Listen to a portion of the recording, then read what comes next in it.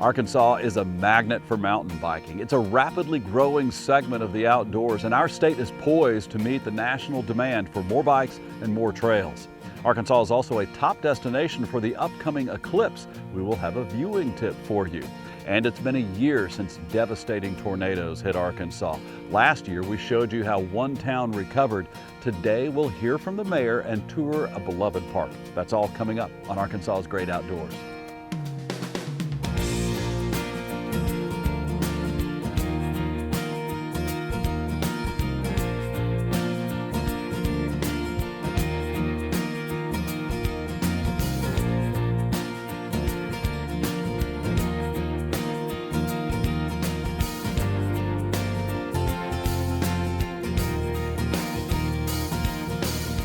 If you've noticed a lot more bike racks on cars these days, well, you're not alone. And if you've noticed a lot of out-of-state license plates on those cars, well, that's by design. Our state is dedicating a lot of resources to highlight our natural resources to a segment of outdoor enthusiasts who like to travel and love a good ride.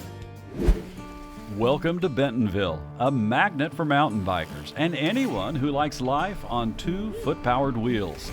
The folks at Fat Tire in Bentonville have been here since the beginning with a unique view of the sport's growth. It's so crazy because if you're not from a city that is so cycling centric that Bentonville and Fayetteville and Rogers and Bella Vista is, you know, you'll be in a city and you won't see what you experience here. You come here, you stop at a stoplight, you're going to see bikes. You're going to see bikes and you're going to see different plates. You're going to see plates from Minnesota. You're going to see plates from Texas. You're going to see plates from California. It's all over the place. Northwest Arkansas is working hard to provide a perfect setting for the bike enthusiast. Not only to visit, which over 65,000 bikers a year do, but to stay after they visit. We really pride ourselves in hospitality, and really this area is about hospitality. It's about really catering to those tourists that are coming into town. They've seen YouTube videos out there that are bragging on the infrastructure that's here. And I think the last tally that I saw, the economic impact of just cycling and mountain biking in this area was over $150 million in economic stimulus to the area. Okay. And that's just getting started. The growth effect is exponential. Since 2018, 34 bike industry companies have moved to or started in Northwest Arkansas. This creates a critical mass for future growth. As more do, even more will. And it doesn't stop there. What's happening is all of that is spilling over to other activities. So any outdoor oriented climbing, rock climbing, things are real big in this area. Just any company that's outdoor driven, people want to be here and they're moving their headquarters here. We could name business after business that they want to have their company here. With over 300 miles of trails and more being blazed constantly, it's a great place to elevate your bike experience, or for the beginner, it's a great place to start. What advice would you give to somebody who wants to get into biking? Advice I would say is somebody will come in and they're wanting to get involved in the sport and they want to get into it inexpensively because they want to test the waters. You can get in it at a lower price point, but understand that your experience may be compromised if you go to a department store to buy those bikes. That resonates with me because I play the violin, and playing on a bad violin is a terrible experience. So I will also recommend to my students they go to a reputable violin shop in order to have the best instrument. And I've seen when my students have a good instrument, their faces just light up. It's a different playing experience. They practice more, they play better. Take a look at this thrilling bike footage from Adam, one of many skilled riders who works at Fat Tire. It's easy to see why the adrenaline rush is hard to match. But until you rise to that level, you can just enjoy an afternoon like Lee and I did right out of downtown Bentonville. Easy dirt trails nestled right next to the paved Razorback Greenway Trail is a great way to get some pedal power exercise and enjoy the outdoors. Check out our social media for more of our interview with Kevin Caldwell. He shares his inspirational reason for riding and more tips on how to get started correctly. Northwest Arkansas is not alone. Much of the natural state is gearing up. Hot Springs Northwoods trails have been great for a long time, and Central Arkansas is gearing up for trails to connect Little Rock to Conway, also to Hot Springs, and many more trails are coming to Arkansas. Now, anytime you're outside, being prepared can ensure a great time. Here's another outdoor safety tip from our friends at the Electric Cooperatives of Arkansas and the Arkansas Game and Fish Commission. Hi, my name's Kirsten Bartlett with the Arkansas Game and Fish Commission. Today I'm here to talk about paddling safety in Arkansas. We are blessed with thousands of miles of rivers, streams, and bayous in the state. And one of the best things to do is figure out which ones are appropriate for your paddling skills. The Arkansas Canoe Club is a great place to start. They have training programs, they have meetings, and 10 chapters around the state. In the spring, they offer a school of river recreational paddling, and they also offer a whitewater paddling school. So great places to meet folks to learn more about your paddling skills and where to hit the water in Arkansas. When we come back, we'll take a field trip to Colorado with a hike in the mountains, and then we'll fly fish with a native Arkansan. Arkansas's Great Outdoors is brought to you by Bad Boy Mowers, by Visit Hot Springs, America's first resort, by the Electric Cooperatives of Arkansas, by Vexus Boats, and by Certified Arkansas Baitfish, the safe bait.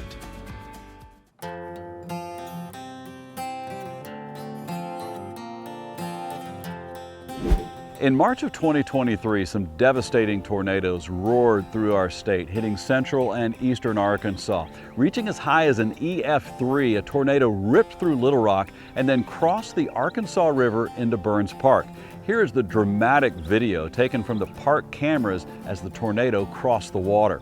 In 2023, we visited with park leadership to show the early recovery efforts and how this oasis of outdoor recreation in the middle of an urban county was not only changed geographically, but it also served as a key component of the recovery of North Little Rock. The debris and trees all ended up here. Now here we are a year later, and we had a chance to catch up with the mayor of North Little Rock, Terry Hartwick.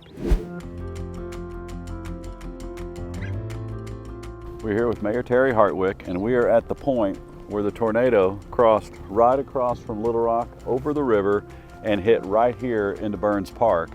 Now, not only are you mayor, but you used to be the parks director here, so this had to have been kind of personal for you as well. I told a lot of people, it put tears in my eyes when I first saw it. And it did a lot of people, not just me.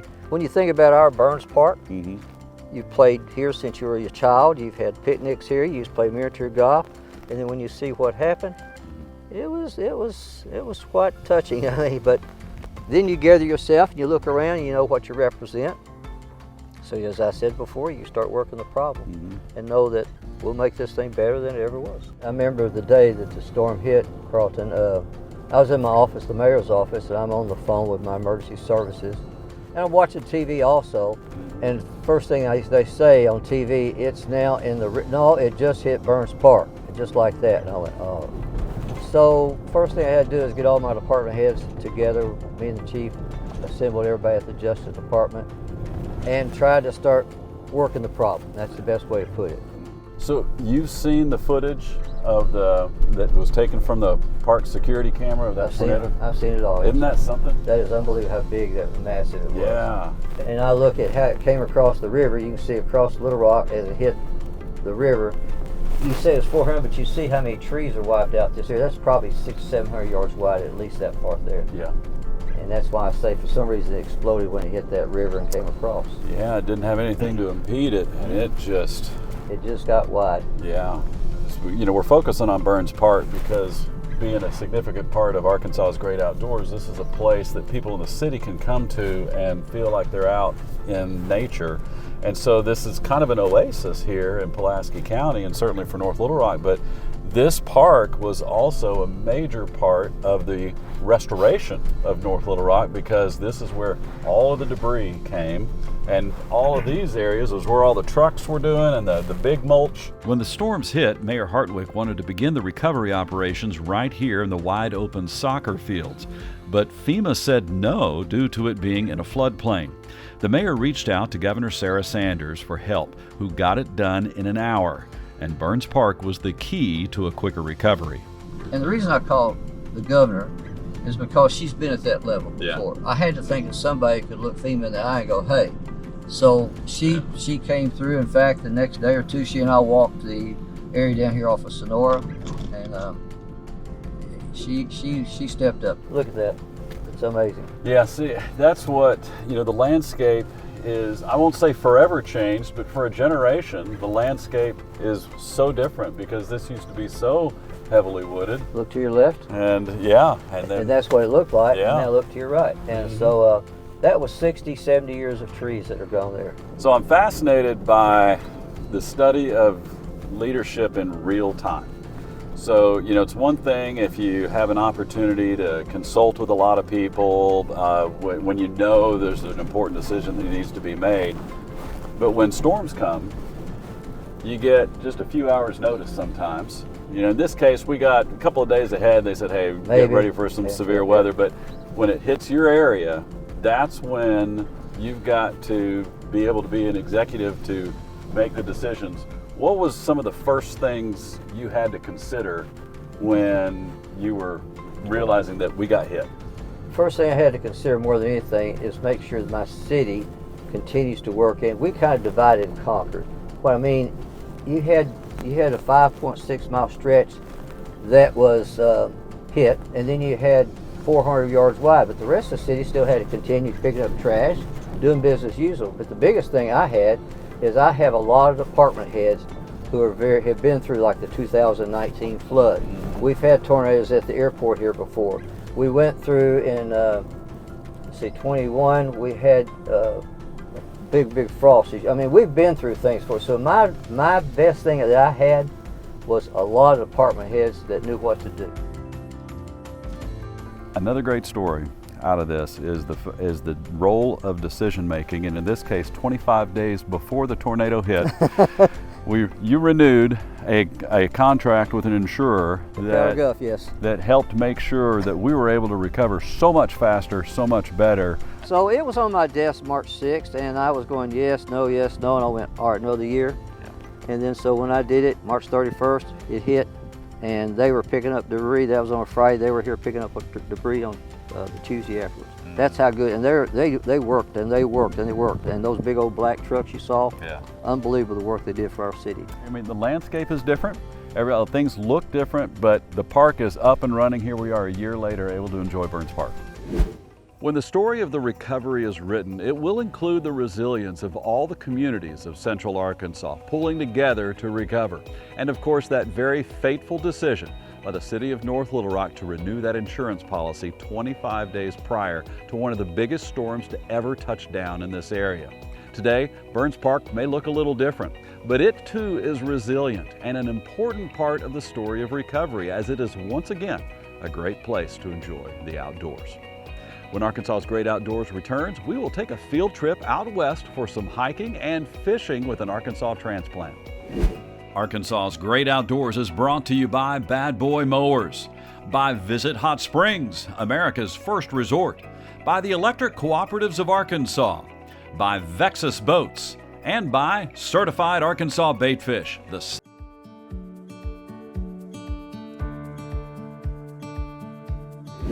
Colorado is known for a lot of its outdoors. There's some great fly fishing, and there's the skiing, but when you don't go during the winter, those ski mountains have some amazing hiking trails. Let's take a field trip out west.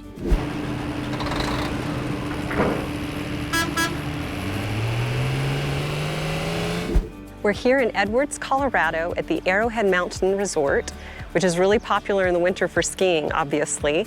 They also have trails that are open for snowshoeing that are, in the summer, used for hiking and biking, and we love to hike. This is just outside of Edwards, about 2 hours west of Denver. This hiking trail is a mountain trail, meaning that you start in a low elevation and then you climb. It seems at times that you are climbing straight up. The higher you get, however, the more beautiful the views. All right, everybody, we had to take a break because this altitude is a little bit more than we're used to in Arkansas. Lee, give us our status report. We've been hiking a little over an hour and covered about 2 miles of ground, but we have hiked up about 850 feet in elevation, and we feel it. Yeah, yes, we do. I tell you, there's a scene that the photography just can't quite do it justice, but I'll do the best I can right here. Just appreciate these amazingly beautiful aspen groves, layers and layers of those beautiful white bark trees. This is paved with wildflowers and aspen. Oh my goodness.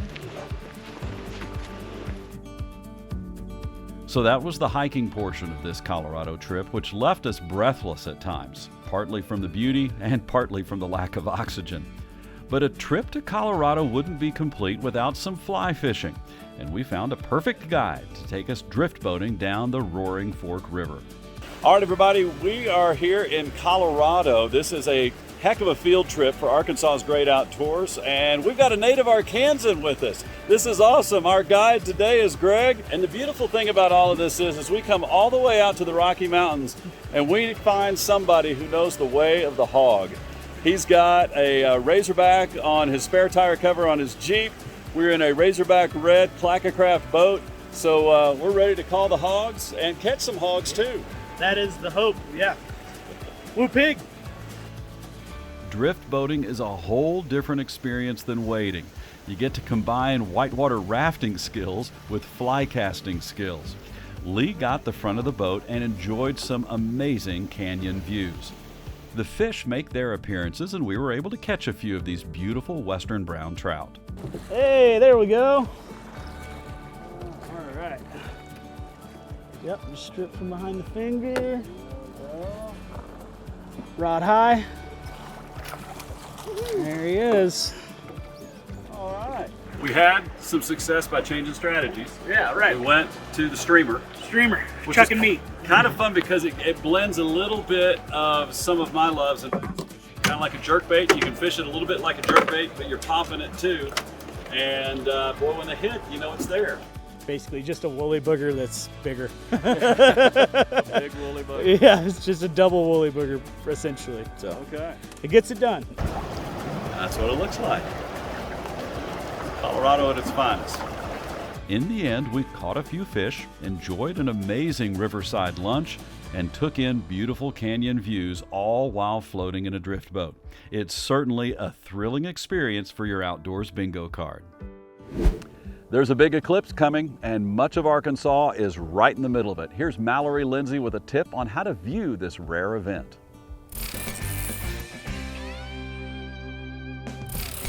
Hi everyone, as you probably have heard, certain parts of the US, Arkansas included, will get the rare and exciting chance to experience the complete darkness of a total solar eclipse on April 8th. Now, as we prepare to witness this marvel, it is so important, it is crucial that we prioritize safety.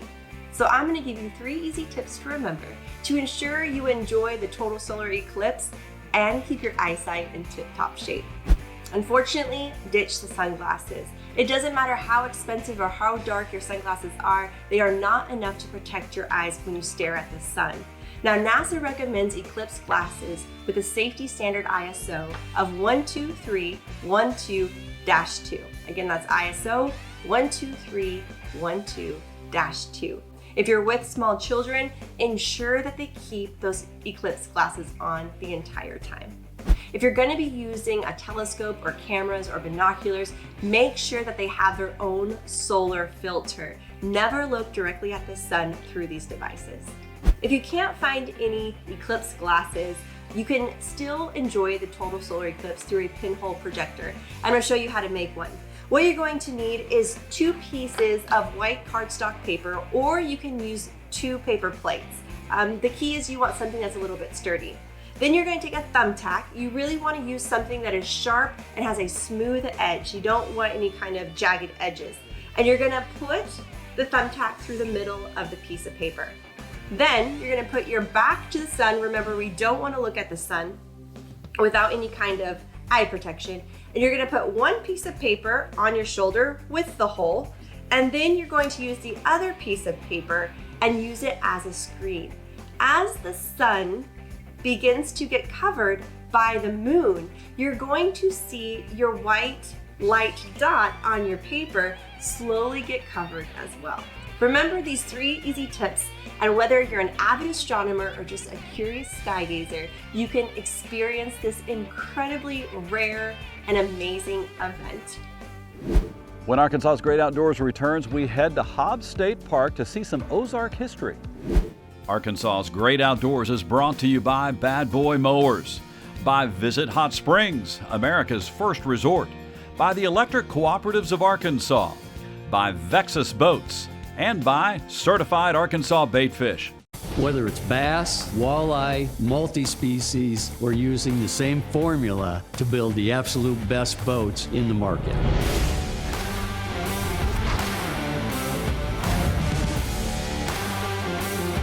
Our fiberglass boats are built with the fisherman in mind. The wide open space of the cockpit and the wide open space of the front deck, there's plenty of room for people to be on the front deck fishing side by side. We've thought of ideas that other people just haven't thought of, the gas tanks in the floor, the airwave pedestals, the live wells that fill all the way to the top to prevent sloshing. The look and the finish of it, we spent a lot of time on it, trying to make the boat look smooth, make the line straight, make everything just look pristine. We're using some of the most state-of-the-art techniques right now in building boats with the infusion process. So now we're putting 60% glass in for 35 to 40% resin, which makes for a much stronger and very much lighter lamination. Everything about our boat that we have designed makes that boat a better riding product than any other boat out there.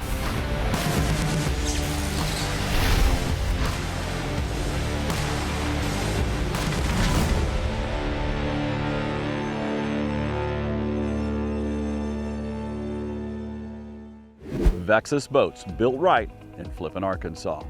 Now, as you saw in the first segment, Northwest Arkansas has some amazing mountain biking trails, and they also have some beautiful and historic state parks. Lee visited Hobbs State Park.